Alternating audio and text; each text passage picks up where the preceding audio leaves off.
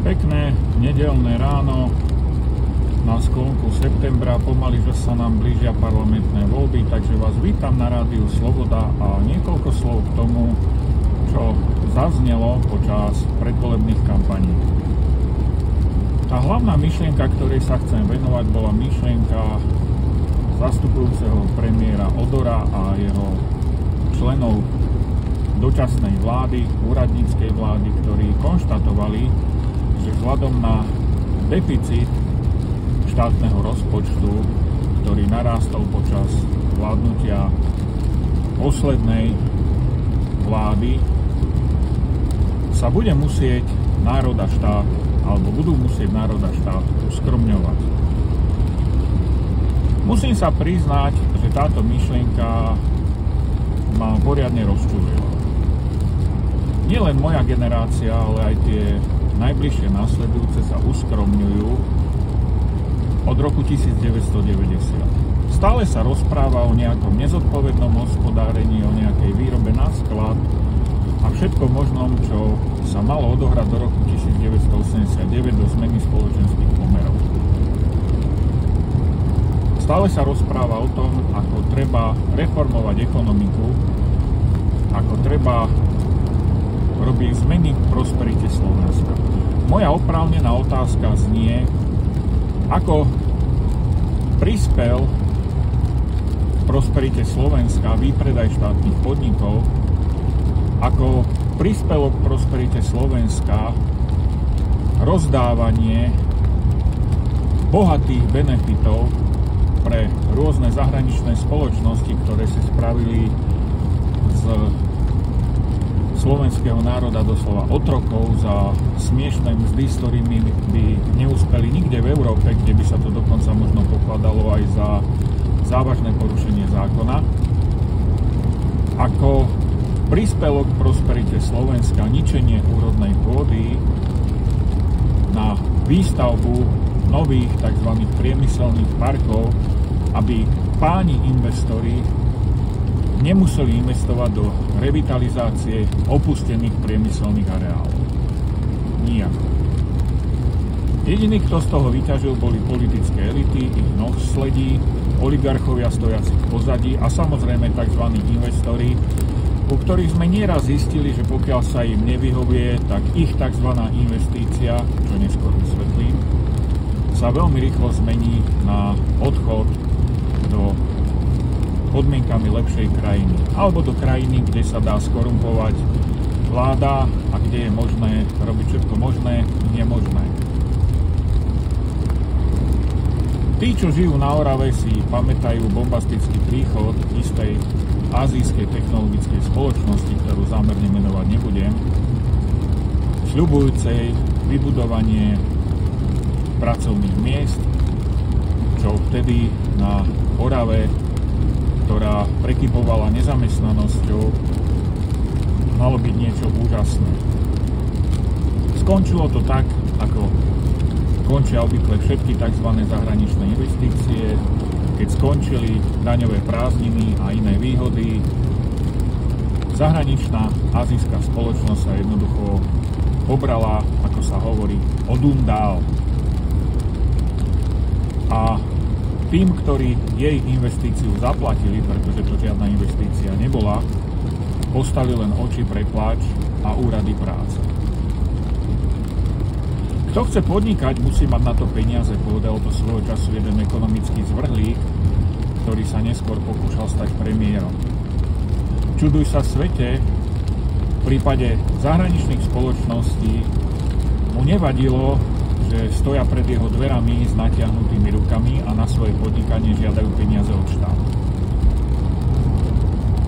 Ak toto niekto nazýva investíciou zo strany zahraničnej spoločnosti, tak je podvodník. Alebo duševne chorý. Späť teda k tej myšlienke zastupujúceho premiéra Odora.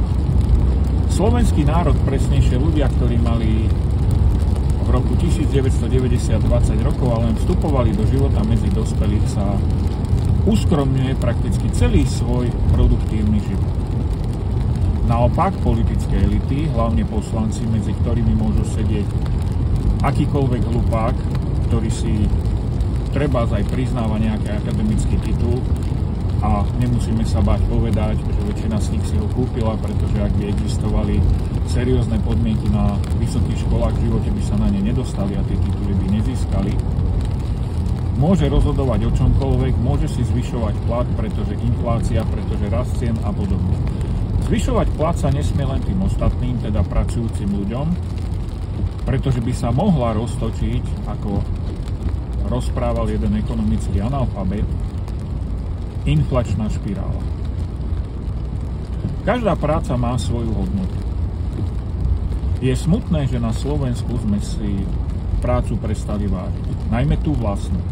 To, že si nevážime cudziu prácu, nie je ničím neobvyklým, zažívame to pravidelne, keď ľudia, ktorí by vám neposkytli za svoju prácu ani pár centovú zľavu, tak pobúrene hovoria o vašej práci, aká je predražená, ako by ste sa mali zamyslieť, v akej dobe žijeme a podobné veci, ako by doma nemali zrkadlo. Nečudo. Však týmto istým spôsobom sa správajú aj poslanci Národnej rady Slovenskej republiky, medzi ktorými zasadajú častokrát rôzni alkoholici, ako napríklad Jozef Pročko, alebo rôzni hlupáci, ktorí síce nechápu ani podstatu toho, čím sa hrdia, ale za to vedia dôsledne hodnotiť iných. Chceme šetriť? Obrátim tú otázku trošku inak. Ak niekto vedel, že nemáme ekonomicky na to, aby sme poskytovali honosné dary, či už na Ukrajinu, alebo utečencom, tak ich nemal poskytovať. Nemal sa hrať na Samaritána v situácii, keď si to nemohol dovoliť. Vykrikovať dnes, po tých premrhaných stovkách miliónov a možno miliardách, že nemáme peniaze, uskromňujme sa, je nielen drzé, ale aj trestuhodné. Ak teda niekto rozdával, či už pre Ukrajinu alebo pre utečencov, patrí pred súd za ekonomickú vlastizradu a patrí aj s rodinou na ulicu. Aby si vyskúšal ten život, ktorý doprial svojou nezodpovednosťou a darebáctvom tým ostatným. Mám 53 rokov. Nič iné nepočúvam, že sa mám uskromniť. Nie som ochotný sa uskromniť kvôli nikomu a ničomu. Ak chce niekto poskytovať dnes štedrú pomoc, nech to robí z vlastného vrecka. Pretože jedného dňa sa všetci zobudíme a zistíme, že aj ten asociálny koncept liberálov, podľa ktorých majú deti živiť vlastných rodičov a štát s tým nemá mať nič spoločné, je na programe dňa. Je reálny a realizuje sa. Nikto nepovie, kde a prečo skončili peniaze, ktoré tí ľudia, o ktorých sa majú starať deti, za roky zaplatili. Tak ako nikto dnes nespomenie, prečo sa nevrátili do sociálnych fondov peniaze, ktoré boli využité na ozdravenie bank, neskôr za žobrácky groš sprivatizovaných rôznym zahraničným finančným skupinám. Nikto sa nepýta, nikto neodpovedá. Prestaňme konečne pchať hlavu do piesku, priznajme konečne otvorene, že v Slovensku vládnu darebáci, zlodeji a skorumpovaná lúza. Bez rozdielu, pretože nikto ma nepresvedčí, že rozdával z cudzieho len tak pre niekoho pekné oči. A začníme sa konečne zamýšľať nad tým, akým spôsobom má byť skutočne riadená Slovenská republika. Žijeme totiž v štáte, ktorý mal všetky predpoklady na úspech v roku 1990. Žijeme v štáte, ktorý sa z týchto predpokladov dopracoval na úroveň krajiny tretieho sveta. Na úroveň krajiny, ktorá je odkázaná na dovoz všetkého vrátane základných potravín. Však nie je to tak dávno, sú to to len desiatky rokov, kedy sme boli veľmocou v pestovaní zemiakov. Dnes ich dovážame. A nie zo susedného Poľska. Častokrát z krajín južnej Európy, ktoré na tom ozdravili svoje upadajúce ekonomiky na náš účet. Ak sa rozpráva o ekonomických reformách, ktoré majú viesť k ozdraveniu štátu, navrhujem dočasné ekonomické reformy. Hoci jednu navrhnem hneď na začiatku a chcem, aby bola trvalá. Nie je žiadny dôvod, aby poslanci Národnej rady Slovenskej republiky mali platených asistentov a dostávali mesačný plat. V mnohých krajinách je úplne bežným zvykom, že výkon funkcie poslanca parlamentu je výkonom čestnej funkcie, kde sa na tento výkon tejto funkcie preplácajú len nevyhnutné výdavky. Cestovné, ubytovanie, strávne.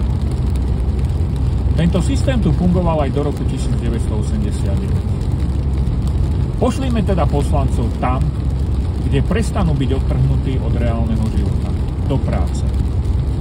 Preplaťme im nevyhnutné výdavky a som presvedčený, že zbavíme sa množstva parazitov, hlupákov a zlodejov, ktorí dnes odierajú parlamentné lavice.